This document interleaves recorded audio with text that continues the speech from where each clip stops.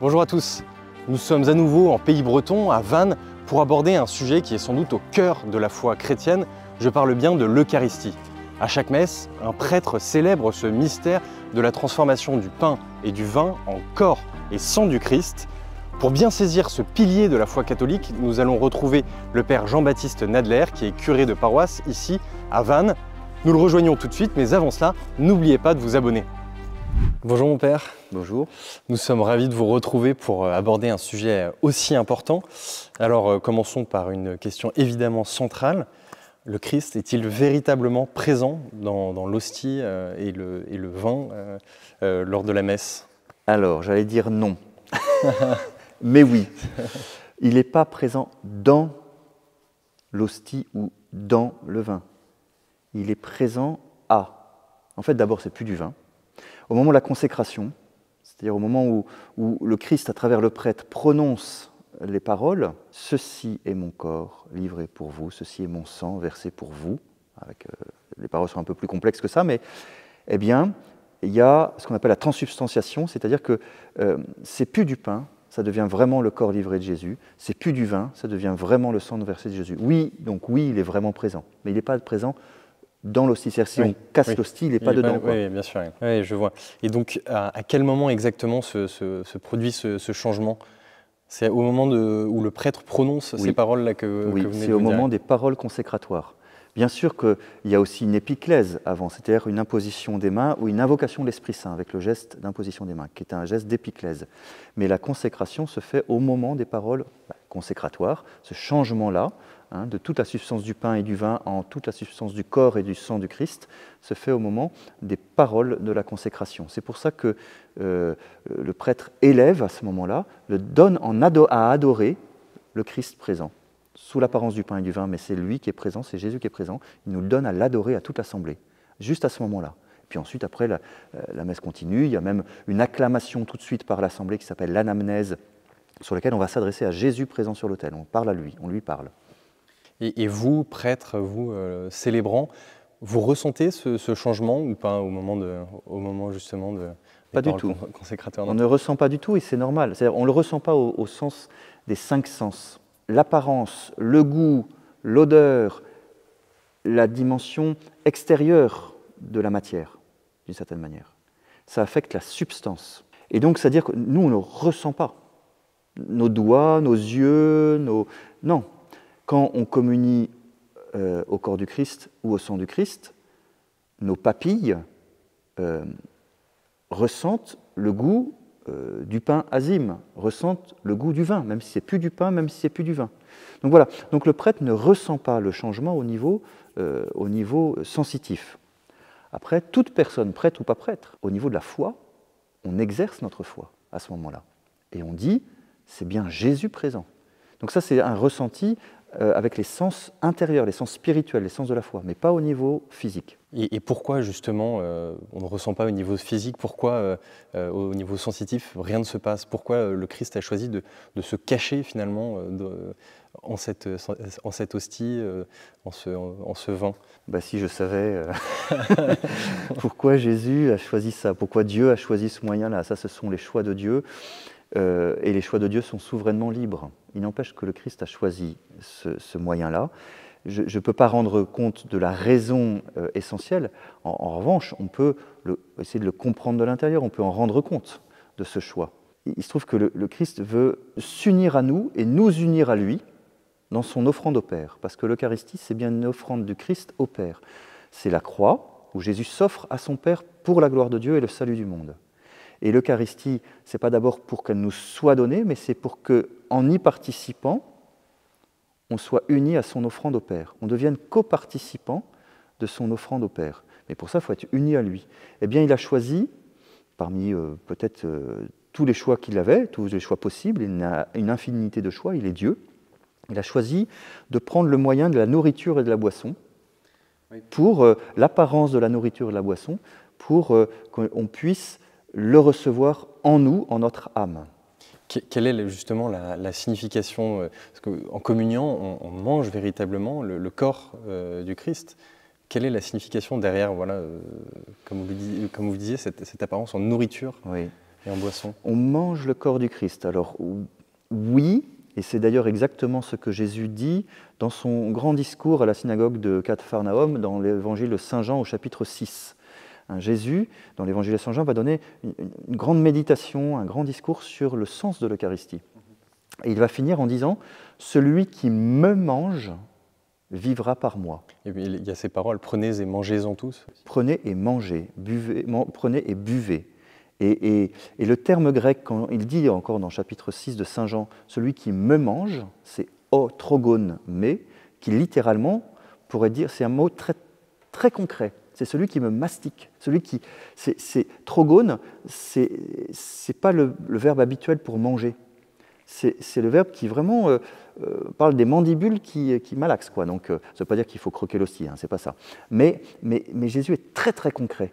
Celui qui me mange. Cela dit, quand on communie, il y a plusieurs aspects. Parce qu'on reçoit le corps du Christ dans notre bouche, et puis dans notre œsophage, et dans notre système digestif. Mais le but de Jésus, ce n'est pas de venir dans notre œsophage et notre système digestif, c'est de venir dans notre âme, au plus profond de notre être, pour que ça nous sanctifie et que ça change nos vies et qu'on soit unis à lui au plus profond de notre être. Donc, la communion, ce n'est pas seulement de consommer le corps du Christ, qui serait une communion purement sacramentelle. Il faut aussi une communion spirituelle, c'est-à-dire en fait d'accueillir à ce moment-là le Christ dans notre âme. Quelqu'un qui communie sans la foi va vraiment recevoir Jésus dans sa bouche. Mais s'il n'a pas la foi, il ne recevra pas Jésus dans son âme. Et ça ne va rien changer chez lui. C'est la question que se pose saint Thomas d'Aquin, par exemple, avec, admettons, une petite souris qui se glisse dans un tabernacle et qui grignote une hostie consacrée. Ce qui est dommage, hein, ce qui est gênant. Il faut éviter ça. Il faut que les tabernacles soient bien fermés. Mais, donc la souris va grignoter le corps du Christ. Mais jamais le Christ va s'unir à l'âme de la souris. Jamais. Ce n'est pas son but. Vous voyez ? Donc c'est très important de distinguer les différents niveaux de la communion et de s'y préparer. Vous évoquiez le fait de croquer l'hostie. Est-ce qu'il y a une façon donc d'ingérer l'hostie? Il faut la laisser fondre dans sa bouche? Vraiment, l'hostie, c'est Jésus, qui est Dieu Tout-Puissant. À partir de là, ça bouleverse, quand on y croit vraiment, ça nous bouleverse complètement. Comme disait le saint curé d'Ars, si on savait ce qui se passe à la messe, on en mourrait d'amour. Et on a toute notre vie pour grandir là-dedans, dans un amour eucharistique, dans une admiration eucharistique. C'est jamais un acte anodin de communier, et ça nous engage terriblement, vraiment ça nous engage totalement. Et pour la vie éternelle, celui qui mange ma chair et boit mon sang a la vie éternelle, dit Jésus. Le fait de communier avec respect, c'est-à-dire de ne pas garder des parcelles d'hostie dans notre bouche ou dans nos dents, par exemple. Je vais être très concret, hein. Parce que sinon, après, on va partir avec des parcelles d'hostie. On se transforme pour un court instant, certes, mais un instant réel, en tabernacle vivant quand on communie. Puis après, une fois que la dimension d'apparence de pain est digérée, le Christ n'est plus présent. Il est présent quand l'apparence de pain est là, en fait. C'est pour ça que les hosties consacrées au tabernacle continuent d'être la présence de Jésus. Mais en nous, dans notre organisme, ça ne dure pas très longtemps, voilà, quelques minutes tout au plus. Et c'est pour ça que les hosties, on va avoir beaucoup de respect pour les consommer. Et comme dans l'Église latine, les hosties sont très fines, sont faites de pain azime, de pain non levé, c'est très fin, ça fond presque tout seul. Chez les orientaux, c'est différent parce qu'ils célèbrent la messe avec du pain levé. Et donc, ils ont une autre technique pour pouvoir digérer plus rapidement et pouvoir purifier la bouche après avoir consommé ces hosties avec du pain levé. Puisqu'on aborde un sujet très concret, également assez concrètement, comment est-ce qu'il faut qu'on communie? Est-ce qu'il y a plusieurs écoles? Est-ce qu'il faut recevoir l'hostie dans la main, directement sur la langue? Est-ce qu'il faut se mettre à genoux? Alors, il faut toujours communier avec amour. Le catéchisme de l'Église catholique nous invite à communier avec foi, avec amour et avec joie. Avec joie. Si on vient communier avec tristesse, enfin en tirant une tête vraiment de 3 km de long, c'est qu'il y a un petit problème quelque part. C'est l'acte le plus inouï qu'on peut poser dans notre vie. Il n'y a rien de plus grand qu'on puisse faire dans toute notre vie, vraiment. C'est de communier, c'est de recevoir et de se donner à Jésus dans l'Eucharistie. Même notre attitude corporelle, notre attitude extérieure, notre façon de nous habiller, notre façon de nous vêtir, dit le catéchisme de l'Église catholique, doit manifester notre joie d'un si grand moment, je le cite. Même notre façon de nous comporter. Et donc, c'est pour ça que la façon traditionnelle dans l'Église de recevoir la Sainte Communion, c'est de la recevoir directement dans la bouche. Pourquoi? Parce qu'il peut y avoir des toutes petites parcelles, même invisibles à l'œil nu, des hosties, même si on fait très attention quand on les prépare dans le calice ou dans le ciboire et dans la patène. Mais il peut y avoir des petites parcelles. Il ne faudrait pas que ces petites parcelles, qui sont aussi le corps du Christ, tombent à terre. Voilà. Donc, la façon la plus digne et normale, c'est de communier recevant l'hostie directement à la bouche. Et il y a un texte du Saint-Siège qui dit qu'on va garder aussi l'usage des plateaux de communion, par exemple, pour éviter qu'une hostie tombe. Voilà. Ça, on ne manifestera jamais assez de respect pour la présence réelle de Jésus dans l'Eucharistie. Maintenant, il y a une permission qui a été faite dans certains diocèses de pouvoir recevoir la Sainte Eucharistie et le corps du Christ dans les mains. Il faut le faire avec évidemment beaucoup de respect et en faisant très attention à qu'il n'y ait pas de parcelles et en purifiant aussi ses mains après, soit par exemple en les léchant, voilà, mais pour faire en sorte qu'il n'y ait pas de parcelles qui soient perdues. C'est toujours vraiment une question en fait de foi en la présence eucharistique. Évidemment, tout ça doit être fait avec joie, sans être stressé, sans être, etc. La façon aussi traditionnelle, c'est de communier en étant à genoux, dans un acte d'adoration. Maintenant, on peut aussi communier debout, mais toujours en ayant une expression extérieure qui corresponde à une vraie foi et une vraie joie eucharistique. Et vous évoquiez le fait qu'une hostie tombe par terre. Qu'est-ce qui se passe quand une parcelle d'hostie ou même une hostie entière tombe à terre? S'il y a une hostie qui tombe par terre, alors il faut vraiment l'éviter complètement, ça. On doit tout faire pour éviter, mais alors si c'est fait volontairement par quelqu'un, ça c'est très grave, parce que c'est un acte de profanation du Saint-Sacrement.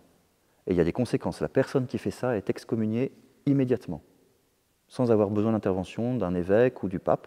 C'est une excommunication, comme on dit, late sententiae, quelqu'un qui fait une profanation eucharistique, en jetant les saintes espèces, le corps ou le sang du Christ par terre. Si c'est fait inintentionnellement, ce qu'on va faire, c'est qu'on va faire la même chose que pour les vases sacrés qui ont contenu les saintes espèces, c'est-à-dire pour le calice, le ciboire ou la patène. On va les purifier. Si l'hostie tombe à terre, on va purifier le sol à ce moment-là avec de l'eau et avec un purificatoire. Et ensuite, donc d'abord on va, avec beaucoup de respect et d'amour, ramasser l'hostie, on va la consommer. Et puis si on peut la consommer, sauf si elle est vraiment très très souillée, dans ce cas-là, on va faire en sorte de la mettre dans de l'eau pour qu'elle puisse se désagréger naturellement. Et on mettra cette eau dans le lavabo, la piscine de la sacristie pour aller ensuite dans la terre. Mais une fois que l'hostie est désagrégée, et puis le sol, on va le purifier avec de l'eau et avec le purificatoire. Le purificatoire, Le purificatoire, c'est un des linges. Il y a différents linges dans la liturgie. Il y en a 4 ou 5 qui sont des linges. Certains sont des linges sacrés, d'autres ne sont pas des linges sacrés, mais qui sont des linges qui ont une fonction très précise, soit pour laver les mains du prêtre, ça c'est comme une serviette, soit pour aider à la purification des vases sacrés, soit même pour recevoir, en fait, les vases sacrés sur l'autel, c'est le corporal, par exemple. Est-il possible, pendant une messe, que l'hostie et le vin ne se transforment pas en corps et sang du Christ? Si un prêtre suit la liturgie de l'Eucharistie, mais par exemple n'y croit pas, je ne sais pas, est-ce que c'est possible que cette transsubstantiation dont vous parliez n'arrive pas? Pour la célébration de tout sacrement, il y a des règles précises. Parce que Jésus a institué les sacrements avec une matière et une forme. Voilà, ça c'est des notions théologiques, mais qui sont très importantes. Et puis, il y a aussi l'Église qui a mis, en lien avec la foi dans la théologie de ces sacrements, qui a mis des conditions pour la célébration. Donc il y a des conditions pour la célébration de l'Eucharistie. Il faut qu'il y ait quelqu'un qui soit prêtre déjà, un évêque ou un prêtre, quelqu'un qui a reçu le sacrement de l'ordre. Si c'est un laïc qui prend une hostie et du pain et du vin, et qui prononce les paroles consécratoires, il n'y a pas la consécration. Voilà. Il faut ce pouvoir sacerdotal ministériel donné par le sacrement de l'ordre. Maintenant, si un prêtre célèbre sans y croire, eh bien, s'il fait exactement ce que fait l'Église, ce que dit l'Église avec les bonnes paroles, et avec l'intention de faire ce que fait l'Église, même s'il a des grands doutes, par exemple, c'est quand même la messe. C'est quand même la consécration. Sauf si le prêtre exprime une intention différente. Par exemple, imaginons un prêtre qui, pour le besoin du cinéma, va jouer le rôle d'un prêtre et qui fait une scène de cinéma. Il prend tout ce qu'il faut, il donne les bonnes paroles, mais son intention, ce n'est pas de célébrer la messe, mais simplement de réaliser un film. Là, c'est une intention différente. Voilà. Donc l'intention est importante, elle est même fondamentale. Elle est exprimée par les rites habituels de l'Église. Voilà. Mais la dignité du ministre, du prêtre, même un prêtre très pécheur, et parfois il y en a, eh bien, c'est quand même la messe. Vous évoquiez tout à l'heure la composition de l'hostie, ce à quoi ressemblait une hostie. Qu'est-ce que c'est finalement une hostie? Est-ce que vous pouvez nous dire comment elles sont fabriquées, s'il y a des règles spéciales pour la fabrication des hosties? Oui, oui. Il y a des règles spéciales. La matière du sacrement de l'Eucharistie, c'est du pain de blé et du vin naturel, du vin de raisin naturel. On ne peut pas célébrer la messe avec une galette de mil, par exemple, ou du vin de palme. Dans la tradition latine, qui est la plus répandue dans le monde, c'est du pain azime, c'est-à-dire on prend exactement la même chose que les Juifs lorsqu'ils célèbrent Pâques. Il prend exactement la même chose que ce que Jésus a pris pour instituer l'Eucharistie, c'est-à-dire du pain non levé. Les Juifs célèbrent la fête de Pâques avec du pain azime, c'est-à-dire on rappelle que lorsqu'ils sont partis d'Égypte, et lorsqu'ils ont été libérés de l'esclavage d'Égypte, ils sont partis précipitamment et la pâte n'avait pas levé. Il y a deux versions dans la Bible, mais notamment une, c'est que la pâte n'avait pas eu le temps de lever. Donc ils ont cuit leur pain sans attendre que le levain gonfle. Voilà. Et donc la tradition chez les Juifs, et Jésus a suivi cette tradition, et chez les Latins, nous continuons de suivre cette tradition, c'est de célébrer l'Eucharistie avec du pain azime. C'est-à-dire, dans une hostie, il n'y a que la farine de blé, de l'eau, et c'est tout. Il n'y a pas de levure, c'est pour ça qu'elle n'est pas levée, et il n'y a pas de sel, c'est pour ça que ça a très peu de goût. Et c'est cuit juste ce qu'il faut, c'est pour ça que les hosties sont plutôt blanches. Voilà. Plus on les cuit, plus elles brunissent, c'est aussi simple que ça. Beaucoup de monastères de religieuses fabriquent des hosties, et c'est une façon aussi pour elles, en les vendant aux différentes paroisses, de pouvoir subsister à leurs propres besoins. Voilà. Mais tout le monde pourrait fabriquer des hosties, il faut simplement la technique. Et même question pour le vin de messe, du coup, y a-t-il des critères particuliers? Oui, il faut que ce soit du vin de raisin naturel, il ne faut pas que ce soit du vin cuit, par exemple. Voilà. Ce qui fait que tout vin peut être utilisé, qu'il soit blanc ou rouge, hein, peu importe, peu importe la couleur. Généralement, c'est du vin blanc. C'est du vin blanc simplement pour des questions techniques, comme ça, pour qu'il y ait moins, que ça tâche moins. Voilà. Maintenant, et la plupart du temps, les calices ne sont pas transparents, donc, parce qu'il faut que ce soit une matière noble et solide. Donc les calices sont plutôt en métal précieux, du moins la coupe intérieurement en métal précieux, etc., et d'une manière solide. Mais c'est arrivé qu'il y ait des calices en cristal dont on peut voir à travers. Donc c'est sûr que si c'était du vin rouge, ça rappellerait symboliquement davantage le sang du Christ. Mais le but n'est pas de copier le sang. Le Christ a pris du vin et a dit « Ceci est mon sang versé pour vous, le sang de l'Alliance nouvelle ». Donc c'est du vin naturel. Et là, peu importe le vin. Et j'étais un jour dans une paroisse, curé d'une paroisse où il y avait des producteurs de vin, et le producteur de vin offrait sa production pour le vin de la messe. C'était magnifique de célébrer la messe avec le produit de la vigne fait par un des paroissiens. Justement, à chaque messe, vous consacrez le pain et le vin, et pourtant les fidèles généralement ne prennent que l'hostie, que le corps du Christ. Pourquoi on ne communie pas aux deux espèces ? Ce serait mieux de communier aux deux espèces, au corps et au sang du Christ. D'ailleurs, le Concile Vatican II a proposé d'élargir la possibilité de communier au corps et au sang du Christ. Mais c'est simplement une question technique, en fait. Le signe est plus large, plus plénier, plus complet quand on communie au corps et au sang du Christ. Le prêtre, lui, doit communier obligatoirement au corps et au sang du Christ consacrés à cette messe-là. Maintenant, quand on communie au corps du Christ ou au sang du Christ, parce qu'il y a des gens qui ont des intolérances graves au gluten et qui peuvent communier au sang du Christ. On communie toujours au Christ total. Qu'on communie à une hostie ou à un peu du sang, du vin consacré, du sang du Christ, on communie toujours au Christ total. Corps, sang, âme et divinité. Voilà, pas de problème là-dessus. Mais le signe est plus plénier quand on communie aux deux. Simplement, pour des grandes assemblées, c'est très compliqué de gérer en fait la communion au précieux sang, qui est un liquide, donc c'est plus dangereux, ça peut se renverser plus facilement, hélas, donc il faut manipuler avec beaucoup plus d'attention. Et puis, mais la gestion des stocks. C'est-à-dire que des hosties, quand tout le monde a communié et qu'il reste des hosties, il n'y a pas de problème, on peut les mettre au tabernacle, dans le ciboire et au tabernacle, pour la prière personnelle ensuite. Mais et elles vont pouvoir se conserver quelques jours, quelques semaines. Mais le précieux sang, lui, on ne peut pas le conserver au tabernacle. Donc à chaque messe, il faut avoir consommé tout le précieux sang. S'il y a une très grande assemblée et qu'on veut que tout le monde communie, on prend le risque d'avoir des litres de précieux sang. Et comme ce n'est plus du vin, mais ça garde les accidents, c'est-à-dire l'apparence du vin, y compris le degré alcoolique, ce serait très dangereux d'avoir à consommer des litres de précieux sang. Vous voyez, en fait, c'est purement technique, la liturgie est très technique.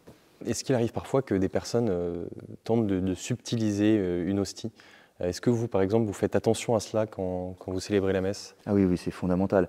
Il y a un petit rite, d'ailleurs, c'est-à-dire que celui qui donne la communion élève légèrement l'hostie, dit le corps du Christ, et le communiant, la personne qui va communier, répond « Amen », qui est le mot hébreu qui veut dire c'est la vérité, c'est vrai, j'y crois. Il faut dire « Amen ». Hein. Et, voilà. Et ensuite, on reçoit le corps du Christ, on communie. Et on communie à l'endroit où on est. Si on s'en va, il ne faut pas prendre le corps du Christ, l'hostie, pour aller communier plus loin. Parce qu'on ne sait jamais. Nous, comme prêtres, on fait attention à ce que les gens communient à cet endroit-là. Si quelqu'un part avec l'hostie, on se dit, mais pourquoi elle part? Peut-être que c'est un acte malveillant. Il ne faut pas voir la malveillance partout. Hein. Mais peut-être, et c'est déjà arrivé, que des gens partent avec le corps du Christ, avec même parfois avec des idées de profanation. Donc là, c'est très clair, en fait, on rattrape la personne et on lui demande soit de communier, soit même on reprend l'hostie. Et on doit le faire par respect pour le Saint-Sacrement. Évidemment, il faut le faire avec délicatesse, mais on ne doit pas laisser le risque d'une profanation volontaire du Saint-Sacrement. En fait, les prêtres sont les ministres de l'Eucharistie, les prêtres, évêques, prêtres et diacres, sont, comme on dit ministres, c'est-à-dire sont les serviteurs de l'Eucharistie. On est au service du Christ. Et le Christ n'a pas envie d'être profané. Voilà. Peut-on toujours communier à partir du moment où on a fait sa première communion? Est-ce qu'à tout moment, un chrétien qui a déjà communié pour la première fois peut se rendre à une messe et se présenter devant le prêtre et communier? Le catéchisme de l'Église catholique nous invite à communier à chaque messe à laquelle on participe. Ça, c'est l'idéal, parce que c'est le sommet de la participation à la messe. Maintenant, il faut aussi se préparer à cette communion. Il faut une cohérence aussi de notre attitude de communion. C'est-à-dire que la communion eucharistique nous engage très fortement, nous met en communion avec le Christ. S'il y a quelque chose dans notre vie qui volontairement nous sépare de la communion avec le Christ, ou abîme cette communion, c'est-à-dire un péché important dans lequel qu'on a commis, et pour lequel on n'a pas demandé pardon, pour lequel on ne s'est pas confessé, il faut d'abord se confesser. Un péché grave, par exemple. Il faut d'abord pouvoir se confesser, se réconcilier avec le Seigneur avant d'être en communion avec lui. C'est comme dans une question d'amitié. Si je reviens vers un ami avec qui je me suis gravement fâché et que je vais lui proposer qu'on prenne un café ensemble, mais qu'à un moment avant, je ne lui ai pas demandé pardon, il y a quelque chose de faux, en fait, dans cette relation d'amitié. En fait. C'est une image, mais ça dit quelque chose de notre façon d'aborder la communion. Je dois être en amitié. Ça ne veut pas dire que je dois être parfait. On ne sera jamais parfait. On dit, Seigneur, je ne suis pas digne de te recevoir. Bien sûr, mais on se prépare. Et toute la messe nous prépare. C'est pour ça qu'il y a au cours de la messe pas mal d'actes pénitentiels, d'actes de contrition et d'examen de soi-même. Saint Paul est très clair dans sa lettre aux Corinthiens, la première lettre aux Corinthiens. Il dit, en gros, examinez-vous avant la communion. Parce que celui qui mange et boit l'Eucharistie sans vraiment discerner le corps et le sang du Christ, c'est-à-dire sans être en adéquation avec le corps et le sang du Christ, mange et boit sa propre condamnation. Parfois, on parle de communion spirituelle. Qu'est-ce que cela signifie? La communion spirituelle, c'est le fait de, comme je disais un peu tout à l'heure, c'est de pas simplement recevoir le Christ dans notre système digestif, mais de le recevoir dans notre âme. C'est ce que les théologiens appellent sacramentum temptum. Voilà. C'est le but du sacrement de l'Eucharistie, c'est l'union au Christ, l'union de tout notre être, âme et corps, mais qui passe jusqu'au plus profond de notre âme. C'est ça la communion spirituelle. Elle passe par la communion sacramentelle et elle doit aller jusqu'à la communion spirituelle. Sinon, on reçoit le Christ que dans notre ventre, ce qui a très peu d'intérêt en fait. Donc la communion spirituelle, c'est vraiment de la recevoir dans notre âme. Il peut arriver que quand on est empêché de communier sacramentellement, par exemple en termes de persécution ou quelqu'un qui est malade, absent ou autre, il peut faire une communion spirituelle. Il va recevoir les fruits de la communion spirituelle. C'est-à-dire que physiquement, il ne va pas recevoir... Il ne va pas recevoir le corps du Christ dans son corps, mais il peut recevoir... Le Christ dépasse ces sacrements, il va plus loin que ces sacrements. L'Église est liée aux sacrements, mais le Christ, lui, n'est pas lié à ces sacrements. Il les a institués, donc il passe habituellement par, mais il peut aller plus loin. Donc le Christ peut très bien donner les fruits de la communion par la communion spirituelle. Maintenant, pour avoir une communion spirituelle, c'est les mêmes règles que pour la communion sacramentelle. Il faut être soi-même en état d'être en communion.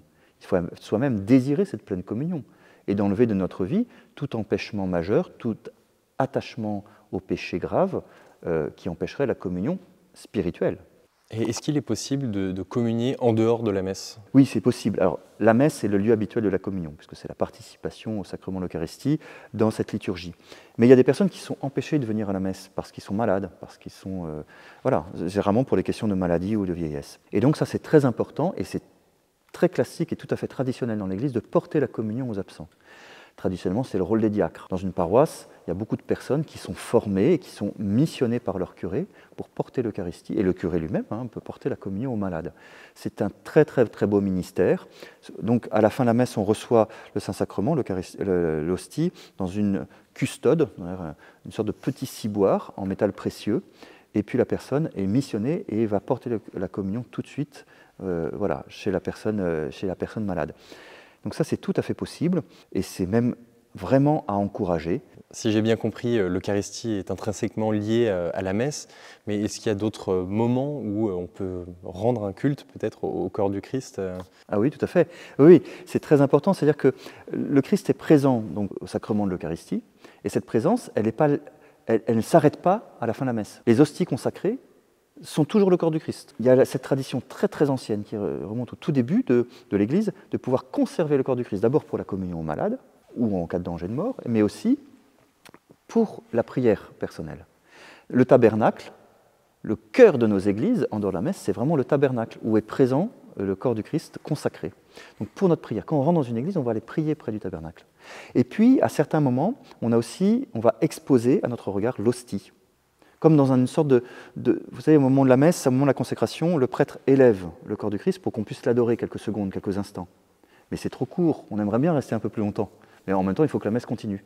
Et c'est pour ça qu'on a développé, surtout à partir du XIe et du XIIe siècle, l'adoration eucharistique ou l'exposition du Saint-Sacrement, pour qu'on puisse prendre le temps de longues minutes et parfois même de longues heures, et même se développent de plus en plus des temps d'adoration perpétuels, pour que les gens puissent, en se relayant, adorer le Christ présent. Ça, c'est très important de pouvoir le faire.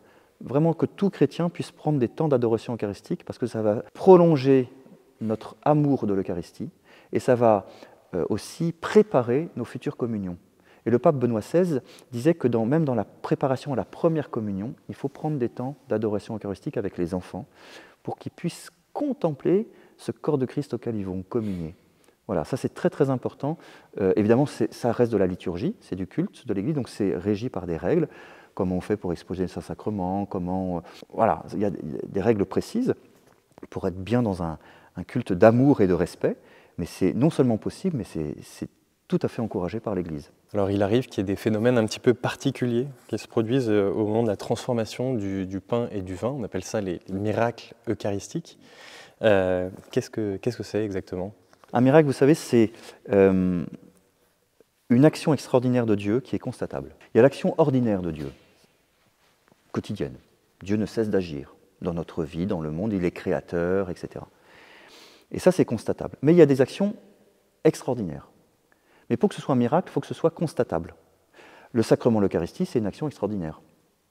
Mais visuellement, elle n'est pas constatable. À l'œil nu, on ne peut pas faire la différence entre une hostie consacrée et une hostie non consacrée. Et donc, parfois, il est arrivé, au cours de l'histoire de l'Église, et peut-être ça arrivera après, si Dieu veut, qu'il y ait de temps en temps une manifestation constatable que ce n'est plus du pain, ce n'est plus du vin. Vin, c'est bien le corps livré de Jésus-Christ pour notre salut, le sang versé de Jésus-Christ. Et donc, il y a eu comme ça différentes manifestations, différentes les unes des autres. Alors donc c'est Dieu qui agit, ce n'est pas les hommes qui produisent le miracle, ça ne se commande pas. Et souvent, l'hostie est devenue de la chair. Il y a eu plusieurs fois comme ça, de la chair vivante. Des études scientifiques ont pu être faites sur ces hosties qui n'ont plus du tout l'apparence du pain, puisque de toute façon, l'hostie, ce n'est plus du pain, mais à ce moment-là, le miracle, c'est qu'elle n'a même plus l'apparence du pain. Et manifeste, en fait, d'autres apparences, notamment une apparence de chair. Voilà. Et je pense à un miracle précis où l'analyse scientifique a été faite, c'est que c'était du myocarde, c'est-à-dire le muscle cardiaque vivant, avec du sang, pareil pour le sang, le même groupe sanguin que le groupe sanguin du suaire de Turin. C'est plus que troublant. C'est même plus que troublant. C'est même, on pourrait dire, des sortes de preuve. En fait, c'est ça, les miracles sont faits non pas pour nous obliger à croire, mais pour soutenir notre foi et pour faire grandir notre foi. Il ne faut pas attendre un miracle à chaque messe, mais les quelques miracles eucharistiques nous permettent à chaque messe de faire grandir notre foi. Vous disiez qu'il y en avait, que ça arrivait ponctuellement dans l'histoire de l'Église. Est-ce que c'est quelque chose qui est arrivé simplement il y a des siècles ou c'est quelque chose qu'on constate encore aujourd'hui? Il y a des choses qui se constatent encore aujourd'hui. Ouais. L'analyse des groupes sanguins, ce n'était pas il y a quelques siècles. Bien sûr, ouais. Oui, il y a des miracles importants. Le plus connu et le plus ancien, un des plus anciens, c'est le miracle de Lanciano en Italie, avec une hostie qui est toujours conservée d'ailleurs. Et ça a plusieurs siècles, 4 ou 5 siècles. Et puis il y a eu des miracles en Argentine, c'est le futur pape François, cardinal Bergoglio, qui a dû, c'était dans son diocèse, je crois, il a dû traiter le sujet, en fait, il a fait faire les enquêtes, etc. Et c'est là où on a découvert que c'était du muscle cardiaque vivant, c'est là. Donc oui, ce sont des miracles encore récemment, et puis il y a d'autres miracles qui ne sont pas encore reconnus comme miracles en tant que tels. L'Église est prudente dans l'explicitation des choses, et l'Église n'engage pas son autorité à la légère. Mais on a vu comme ça parfois des hosties en lévitation. Voilà. C'est l'hostie, mais elle manifeste comme si elle était vivante. Et de fait, c'est le Christ vivant. Oui. Mais sans qu'on la touche, l'hostie se manifeste comme étant vivant. Il y a d'autres miracles eucharistiques, par exemple, les gens dans l'adoration eucharistique, en contemplant l'hostie, ont clairement vu un visage, le visage du Christ apparaître, enfin, etc. Tout ça sont des signes pour fortifier notre foi. Merci beaucoup mon père de nous avoir ouvert les yeux sur ce magnifique sacrement. Et merci à vous d'avoir suivi cette vidéo jusqu'au bout. N'hésitez pas à vous abonner et à nous dire en commentaire si cette vidéo vous a plu. Nous espérons vous retrouver très rapidement.